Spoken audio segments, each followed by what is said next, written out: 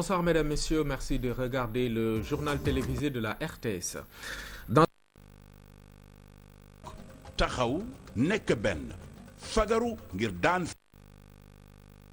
Sénégal dans le cadre de son combat pour le bien-être social. Danger sur l'autoroute à hauteur du pont Sénégal 92, en plus de ceux qui traversent, l'encombrement de la voie publique, haro sur une pratique contraire au civisme. Et puis la rubrique découverte met en exergue les falaises de Yen, Popenguine et Ngaparou, des sites géologiques qui contribuent au développement de la Petite Côte.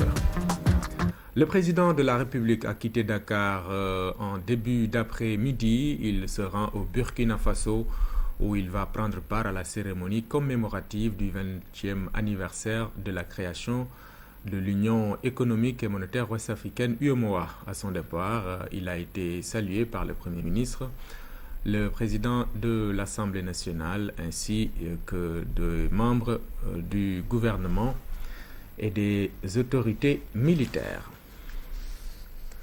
Inauguration du Centre international de conférence de Diamniadio. Les artistes sénégalais sonnent la mobilisation. Ils s'engagent aux côtés du chef de l'État pour la réussite de l'événement.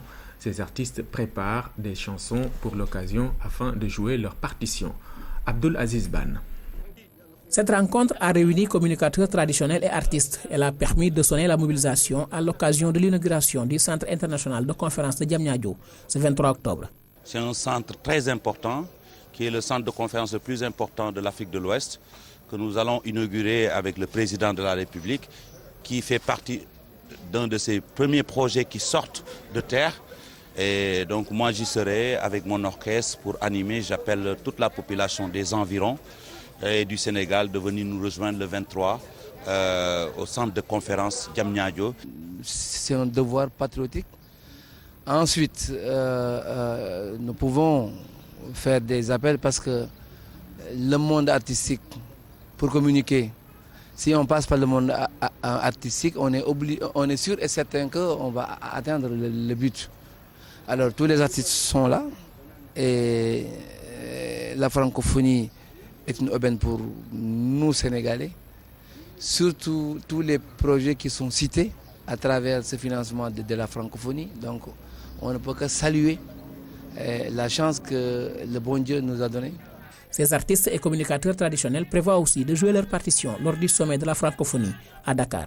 Soutenir la francophonie. Vous savez, la francophonie, tous les pays francophones vont venir ici au Sénégal. Je suis venue ici en tant qu'ambassadrice de mon pays et de véhiculer le message. Je demande à tous les Sénégalais, tous les artistes, de venir nombreuses à Diamniadio. Voilà, c'est une très bonne initiative. Vraiment, nous prions pour que le bon Dieu qu'il réussisse son projet. Pour bien accueillir les hôtes du Sénégal, ces hommes et femmes de l'art promettent de composer de nouvelles chansons, un riche répertoire pour magnifier la teranga sénégalaise.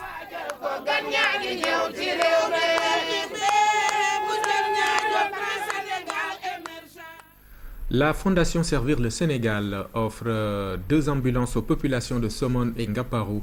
C'est dans le cadre de ses actions pour le bien-être social.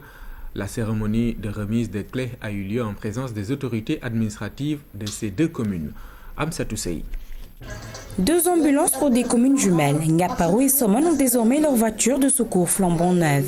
Ces 2 joyaux sont des dons de la Fondation Servir le Sénégal au district sanitaire de la zone. C'est parce qu'on connaît véritablement les difficultés qu'il y a à se faire soigner et que la première dame soit consciente qu'elle aussi est là à creuser son sillon pour faire de ce pays où la santé est une des priorités du président de la République Macky Sall, est tout à fait normal. Ceci rentre dans le cadre de la politique définie par le chef de l'État qui vise à donner une santé pérenne à la population, parce que sans santé, qu'est-ce que l'on peut faire? Un casse-tête qui est désormais à moitié résolu pour ces populations qui, à travers leurs autorités locales, ont tenu à dire merci. Nous vous adressons nos plus vifs remerciements, nos plus vifs encouragements pour les gestes nobles que la Fondation ne cesse de faire à l'endroit des populations du Sénégal. La souffrance des populations dans les évacuations des urgences vers les services de référence diminuera. Au nom de mes mandants, je vous dis merci. L'autorité administrative n'a pas été en reste et promet de faire bon usage des ambulances. Madame la ministre, nous recevons ces clés avec beaucoup de fierté et de gratitude. Et nous vous garantissons de son bon usage au profit des populations et des personnels de santé. La santé pour tous, une des priorités de la Fondation Servir le Sénégal qui intervient dans presque tous les domaines. Ce n'est pas seulement la santé, mais elle est dans le domaine de l'environnement aussi, elle est dans le domaine de l'éducation, elle est dans le domaine aussi de la protection des jeunes filles et le maintien des jeunes filles pour éviter un taux de déscolarisation au Sénégal. Elle aide aussi les daras, les familles religieuses, sans distinction. Toutes les régions du Sénégal sont donc ciblées. Ces bonnes œuvres destinées aux Sénégalais sans distinction d'appartenance politique, régionale ou religieuse contribuent au mieux-être social. L'école primaire Algor Dioum de Diourbel fait peau neuve. C'est grâce à des jeunes mobilisés par le ministère de la Jeunesse, de l'Emploi et de la construction citoyenne, geste bien apprécié par la communauté scolaire de la région. Moussa Thior. École Algor Dioum de Diourbel. Voici l'état dans lequel se trouvait l'édifice avant les vacances scolaires. Après l'implantation du camp d'étudiants publics animé par les jeunes mobilisés dans le cadre des activités de vacances, voici l'école Algor Dioum après réflexion. Nous remercions beaucoup pour ce qu'elle a fait pour nous. Vous êtes dans l'antre d'un établissement mythique, légendaire, qui a été fondé en 1950, donc qui a une durée de 64 ans. Pendant 64 ans, beaucoup sont passés par là, beaucoup de fonctions sont passées par là. Et de 1950 à nos jours, cet établissement a formé beaucoup de cadres dans le Sénégal post-colonial. Pour ça, pour tout ce que vous avez fait pour la communauté éducative, tout Dieu vous remercie. Au nom du ministère de l'Éducation, merci au nom de toute la communauté éducative. Merci en mon nom personnel et au nom de toute l'équipe pédagogique qui aujourd'hui en tout cas sera davantage d'attaque pour véritablement entamer cette nouvelle année scolaire et nous inscrire dans les ruptures que tout bon Sénégalais, en particulier les enseignants que nous sommes, devront en tout cas nous inscrire pour véritablement changer ce Sénégal. Pour réaliser une telle action, il a fallu mobiliser 156 jeunes qui, pendant 15 jours, ont fait preuve de patriotisme pour améliorer les conditions d'études des pensionnaires de l'école Algor Dioum. Le président de la République est en train d'investir sur une jeunesse qui sera la croissance de demain. Cette jeunesse-là doit être éduquée. Cette jeunesse-là doit être républicaine. Cette jeunesse-là doit avoir des valeurs renforcées. Tout simplement, vous demandez de transmettre aux enfants qui vont venir ici que c'est d'autres enfants comme eux qui ont décidé de travailler gratuitement pour la communauté et la cité.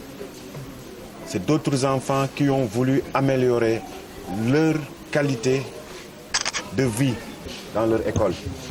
D'autres réfections d'édifices publics sont prévues les vacances à venir vers d'autres localités avec des jeunes qui ont le patriotisme et la citoyenneté en bandoulière. Dans le même sillage, 24 salles de classe réfectionnées à l'école Seydina Limamoulaye de Cambérène. C'est Dubaï Portwood qui est passé par là, apportant ainsi la preuve de sa responsabilité sociétale. Lors de la cérémonie, le ministère de tutelle a annoncé la construction prochaine d'un collège à Cambérène. Mamfatou Fati.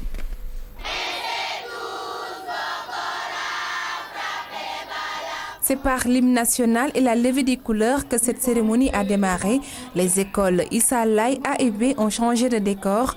Ainsi, 24 salles de classe ont été réfectionnées. Elles vont permettre d'améliorer les conditions de travail des élèves et des enseignants. L'école est devenue un cadre sécurisé, organisé, où il fait bon vivre avec des salles de classe attrayantes. Disons tout simplement une école accueillante où l'élève éprouve une réelle envie d'apprendre, où l'enseignant est motivé à donner un enseignement de qualité. Les écoles Issa Laye A et B ont été réfectionnées grâce au soutien de l'entreprise Dubai Port World. Elle promet d'élargir ses actions de solidarité. Nous avons une responsabilité sociétale.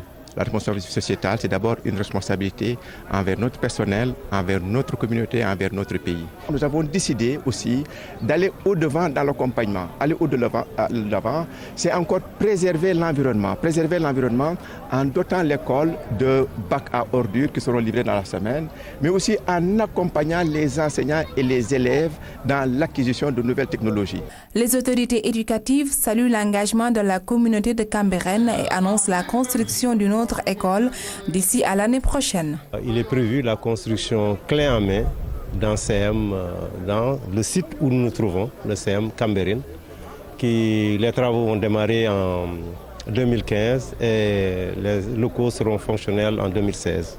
Ça, c'est dans le cadre un peu de l'amélioration des conditions d'enseignement dans le moins au niveau de la banlieue de Dakar. Rappelons que cette école Issa Laye existe depuis 1941. La cérémonie a été aussi une occasion pour la Croix-Rouge de sensibiliser les élèves et l'assistance sur le virus Ebola.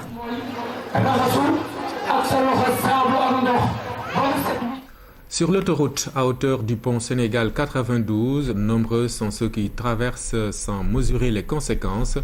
À cela s'ajoutent des commerçants et autres revendeurs qui encombrent les passerelles et les trottoirs, chose que déplore bon nombre de citoyens dans ce reportage de Ibrahima Djedjou. Inconscience du danger ou alors entêtement, c'est selon. Sur l'autoroute de la Patte d'Oie, à hauteur du pont Sénégal 92, on traverse dans tous les sens.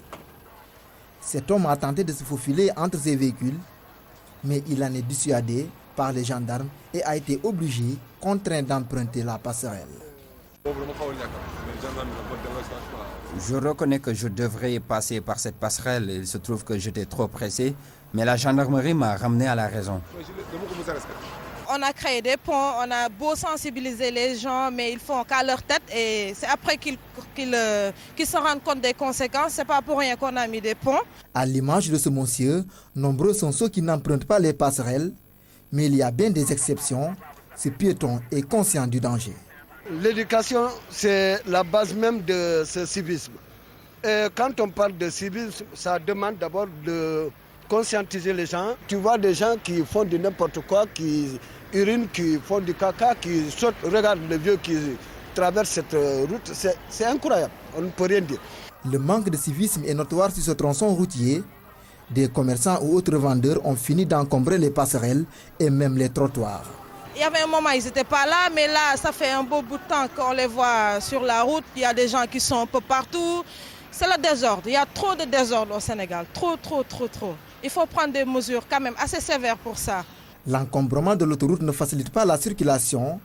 Face au comportement loin du civisme, la circulation devient dangereuse. Le lancement de l'Institut africain de géopolitique, une manifestation qui a servi de cadre pour abriter une conférence sur la sécurité internationale, notamment la menace que constitue l'organisation de l'État islamique. La manifestation est organisée par le Centre d'études diplomatiques et stratégiques en partenariat avec l'Observatoire africain de géopolitique. René Massiga Diouf. Les débats sont de haute portée géopolitique. Les racines culturelles, politiques ou économiques du terrorisme, la coalition internationale face aux djihadistes de l'État islamique ou la contribution qui doit être celle de l'Afrique sur cette question sont entre autres sujets analysés. L'opinion la plus partagée est que Daesh, l'autre nom de l'organisation de l'État islamique, est un mouvement dangereux. Nous avons souhaité tout de suite d'emblée vous donner un élément de l'importance de la géopolitique. Notamment ici, la question religieuse, la religion. Cette conférence consacre en même temps le lancement des activités de l'Institut africain de géopolitique, un institut destiné à contribuer au rayonnement de la recherche scientifique dans les domaines de la géopolitique. Sur la question du djihadisme, les conférenciers reconnaissent surtout que ce n'est pas une problématique nouvelle. Attention à l'appellation État islamique, parce que si on dit, imaginez bien, les coalitions occidentales combattent l'État islamique, eh bien on entre dans leur jeu, on entre dans le jeu de ces terroristes qui vont utiliser le fait de regarder, donc on vous l'avait dit, c'est la théorie du choc des civilisations où l'Occident est anti-musulman, etc., est en train de combattre l'État islamique en tant que tel. Nous sommes dans une phase d'hybridation criminelle où on peine à distinguer qui est islamiste, qui est trafiquant de cigarettes, qui est trafiquant de drogue. Finalement, en Afrique, surtout au Nord Mali, au niveau de Boko Haram aussi, et même chez les Chebab, cette hybridation criminelle a pris une ampleur telle que trafiquants de drogue, trafiquants de cigarettes, trafiquants d'êtres humains, on ne sait plus qui est qui. La manipulation des symboles vise la désintégration de l'islam tel qu'il se vit en Afrique aujourd'hui, à savoir une religion de tolérance pour les conférenciers. Les islamistes sont en porte-à-faux avec la croyance religieuse générale. Ils en présentent une vision des plus totalitaires. L'instrumentalisation de l'islam par des charlatans qui sont de faux islamistes et de vrais terroristes, et c'est toute l'importance de rappeler que l'islam est la religion du juste milieu, de la modération, et qu'il n'a bien entendu rien à voir avec ces dérives qu'il faut dénoncer, mais surtout éviter tout amalgame entre l'islam et ses dérives.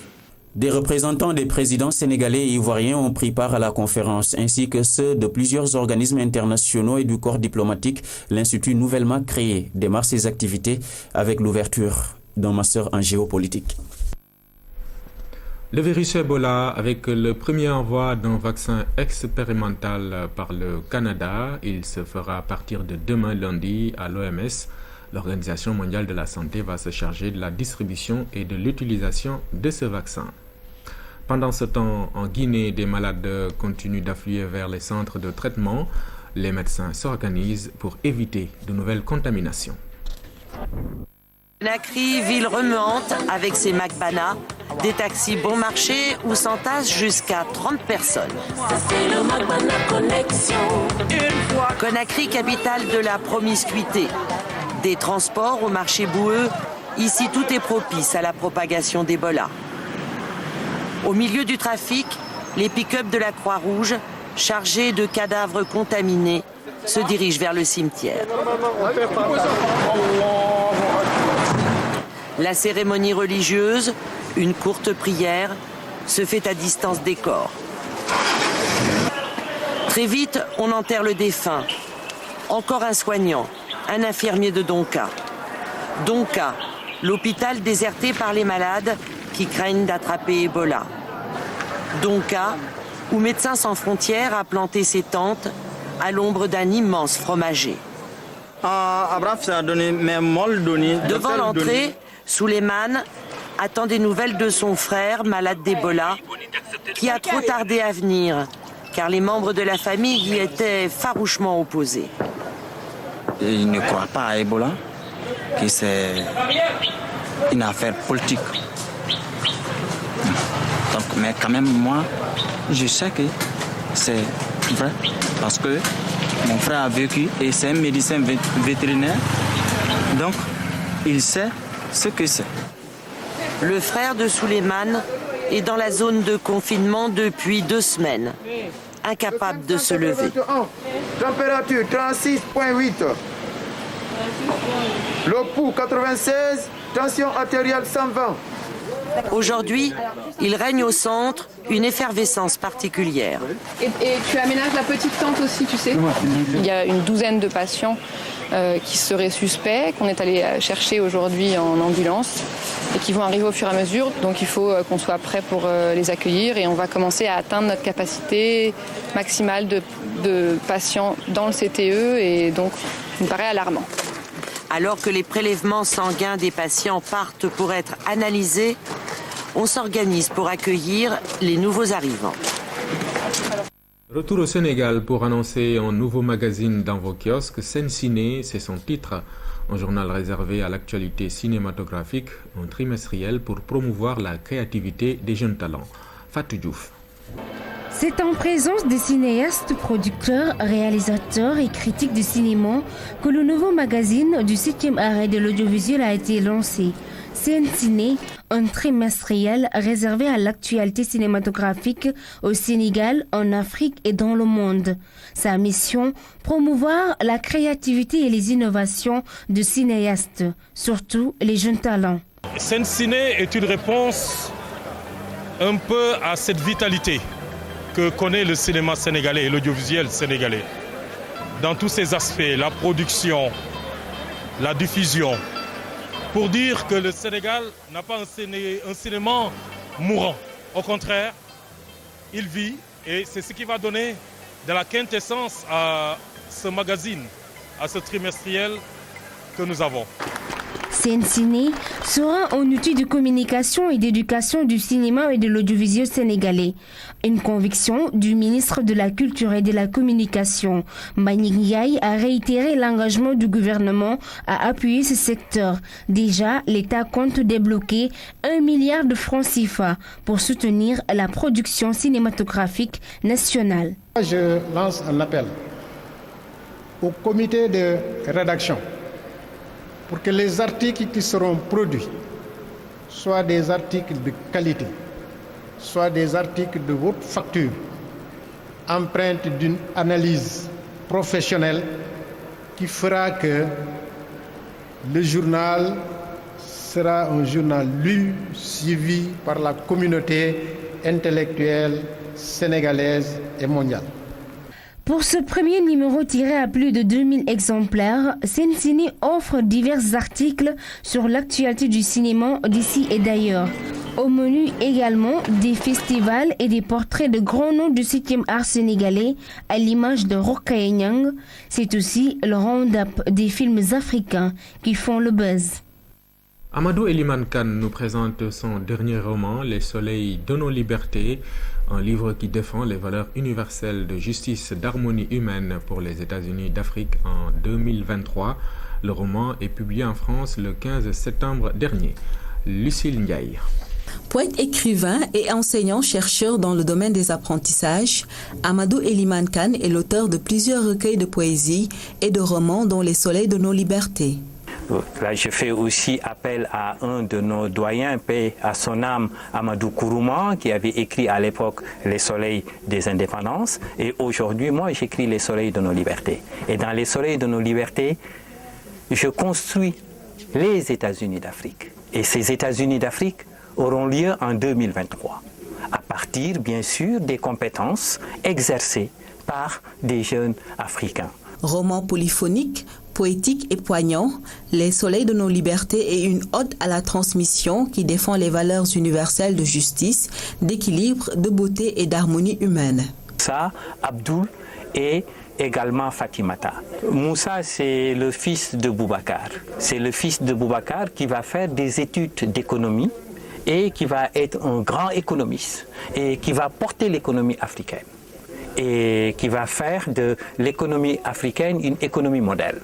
Et ensuite, il y a Abdoul qui va faire des études en agronomie et qui va porter l'agriculture africaine et qui va faire aussi de l'Afrique sur le plan agricole et sur le plan aujourd'hui de ce qu'on appelle le développement durable, un modèle au niveau mondial. Et on verra même des experts qui viendront au niveau de l'Institut culturel panafricain de 2023, où en fait tous les savoirs vont être portés par ces jeunes, symbolisés par Abdoul et Moussa. Et de l'autre côté aussi, nous avons Fatimata qui a fait ses études à l'université Cheikh Anta Diop et qui porte ce qu'on appelle le droit des citoyens et qui vont construire les États-Unis d'Afrique.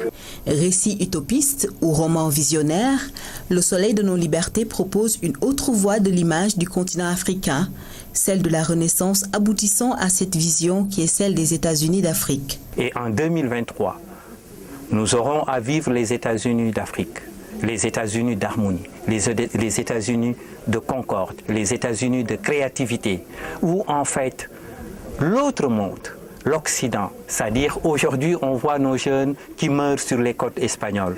Et en 2023, j'ai dit, nos jeunes ne vont plus mourir sur les côtes espagnoles. Ils vont rester ici en Afrique et peut-être c'est les Européens qui viendront émigrer ici en Afrique, parce que l'Afrique sera un continent prospère, parce que tout simplement nous aurons bâti les États-Unis d'Afrique, que je pose ici dans ce roman Les soleils de nos libertés. Optant pour le choix de la résolution du combat de grands Africains comme Kwame Nkrumah, Thomas Sankara, Cheikh Anta Diop, Amadou Iliman Kane dévoile et met en exergue tous les chemins possibles avec ce seul et unique fondement, les États-Unis d'Afrique. Noah Cissé quitte la présidence du Casa Sport, mais reste à la disposition du club comme personne ressource. Le désormais ex-président du club fagnon de Ziguinchor a fait cette annonce lors de l'assemblée générale ordinaire du club tenue samedi dans la capitale du Sud. Une occasion pour les membres du comité directeur sortant de faire le bilan de leur mandat. Saliou Sek. C'est dans une salle archi-comble de l'ancienne mairie de Ziguinchor que s'est tenue l'Assemblée générale ordinaire du Casa Sport. Une occasion pour le comité directeur sortant de revenir sur les réalisations et sur les performances du club durant ces 5 dernières années. Le comité directeur se réjouit des résultats probants de cette équipe qui a remporté entre 2009 et 2014 5 trophées majeurs, 2 coupes de la Ligue, 1 coupe du Sénégal, un titre de champion et un trophée de champion. D'être finaliste de la Coupe EADEMA ex-IFOA et félicite vivement le conseil d'administration du Casa Sport SA. Le mérite du comité directeur dans l'acquisition de ces résultats est d'autant plus réel qu'il a apporté aux joueurs de l'équipe professionnelle une assistance sociale conséquente. Les performances appréciables du club sont, en plus de la valeur intrinsèque des joueurs et de la qualité avérée des techniciens, le fruit d'un accompagnement par une des franges exceptionnelles de notre club. Il s'agit des supporters auxquels nous attribuons une mention spéciale. Toutefois, les membres du comité directeur ont relevé quelques difficultés rencontrées durant l'exercice de leurs fonctions. Il s'agit, entre autres, des charges très lourdes liées à la fois aux obligations contractées qu'aux déplacements coûteux. Au nombre des obligations contractées, nous sommes dans le professionnalisme. Il faut assurer les salaires des joueurs, il faut assurer les salaires des techniciens et de tout le personnel qui gravite autour du club professionnel. Plus d'une centaine de membres du club ont participé à cette rencontre et les travaux ont été supervisés par l'inspecteur des sports. Le représentant de la tutelle a magnifié le travail abattu par l'équipe sortante. L'examen des rapports d'activités et financiers nous a permis d'avoir une juste appréciation des différentes actions menées par votre association pour le développement du football au plan national et son rayonnement au niveau continental et international. Mon attention a été particulièrement retenue par l'exécution correcte du calendrier fédéral, une bonne participation du club à toutes les compétitions de football, de la petite catégorie de l'équipe féminine et au niveau de l'athlétisme. Après la présentation des rapports, une liste consensuelle a été proposée et approuvée par acclamation. Elle comprend 39 membres. Ils vont se réunir dans les prochains jours pour élire le président du club.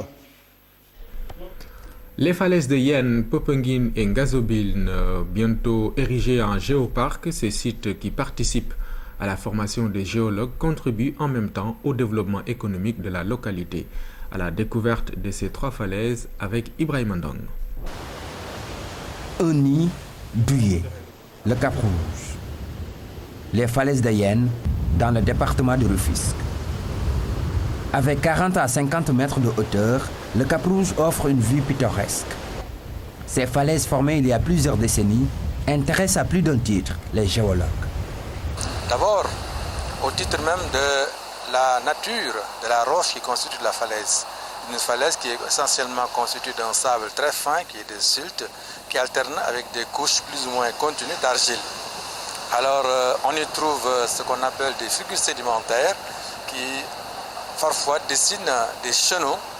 Les chenaux qu'on rencontre effectivement dans les sédiments qui sont déposés par des courants d'eau phréatique, donc par des fleuves. Le Cap Rouge est l'un des sites retenus pour abriter les géoparcs. Géoparc, un terme qui mérite bien une explication. Le terme géos ne ramène pas à la géologie, mais il ramène à l'expression latine qui veut dire terre. Donc la terre qui est la terre nourricière. Le géos donc étant la terre pour l'architecture, la terre pour l'agriculture, la terre pour l'aménagement. Et donc, à partir de ces terres, nous devons pouvoir faire un développement économique local pour l'émergence des femmes et des jeunes. Et donc, pour accompagner le plan Sénégal émergent de son Excellence le chef de l'État, nous pensons qu'aujourd'hui, il y a d'autres possibilités de création d'emplois. Suffisant pour dire que l'exploitation des falaises à travers le Sénégal va contribuer à développer l'économie au plan local. L'intérêt économique, disons, palpable, c'est que l'intérêt du pays, dans les régions du Saloum, etc., jusqu'au Sénégal oriental, là, le faciès, donc le type de sédiment change. Il devient franchement sableux et sableux grossier. Et qui dit sable grossier dit quelque chose qui est perméable, qui est poreux. Qui dit quelque chose qui est perméable et poreux, c'est quelque chose qui peut remplir de l'eau. C'est ainsi que dans ces niveaux-là, cette formation qu'on appelle du maastrichtien est remplie d'eau douce, et ce qui donne la fameuse nappe maastrichtienne du Sénégal, qui est une mine d'or. Une mine d'eau, donc le Sénégal qui est exploité par des forages à l'intérieur du pays. À Popenguine, le Cap de Naz reçoit ses visiteurs. Avec près de 70 mètres de haut, ces falaises constituent un cadre propice pour les géologues en formation. J'ai apprécié parce que c'est didactique. Des fois, quand on est à l'université, on nous apprend, par exemple, nous, à travers des livres, juste des images, des vidéos. Mais aujourd'hui, j'ai vraiment vu avec mes propres yeux. Oui, nous étions venus ici en licence pour nos travaux pratiques parce qu'il y avait des matières comme les bassins sénégalo-mauritaniens. On devait venir voir la composition des roches, leurs âges de dépôt et aussi voir en quelque sorte comment est-ce qu'on pourrait faire pour éviter l'érosion côtière. L'érosion côtière, justement. Une hantise pour ceux qui habitent en bordure de mer ou sur les falaises. Des habitations qui ne respectent pas parfois les normes édictées en matière d'aménagement. Actuellement, des techniques sont proposées pour amoindrir cette érosion, mais ça ne veut pas dire que cette érosion ne va pas arriver. Et donc, il y a des techniques d'aménagement. Normalement, même au Sénégal, nous avons un code par rapport à ça. Ce code, sur 300, sur 500 mètres, on ne doit pas construire pour laisser l'effet naturel se poursuivre. Mais malheureusement, les gens ont construit un peu partout et nous vivons maintenant ces conséquences. Une visite sur la petite côte permet d'apprécier le potentiel dont dispose le Sénégal en matière de falaises. En Gazobile, les géologues ont encore testé la roche à coups de marteau. Le potentiel géologique, il est là. Donc on a visité 3 sites qui sont vraiment des sites intéressants. Ces sites-là, quand vous les voyez comme ça, sans interprétation, c'est très difficile de les apprécier. Parce que vous voyez, une personne normale, il va voir des roches. Ces roches-là, qu'est-ce qu'ils ont de particulier? Maintenant, c'est l'interprétation qui est importante. La localité abrite le grand séminaire. Ici, l'ombre du président poète plante toujours. Normal, dans ces lieux, feu le président Senghor a passé de longues années. Senghor a fait ici le lien entre ce que l'Occident lui apporte, qu'il traduit sous l'appellation muse latine, et ce que sa tradition culturelle devait lui apporter.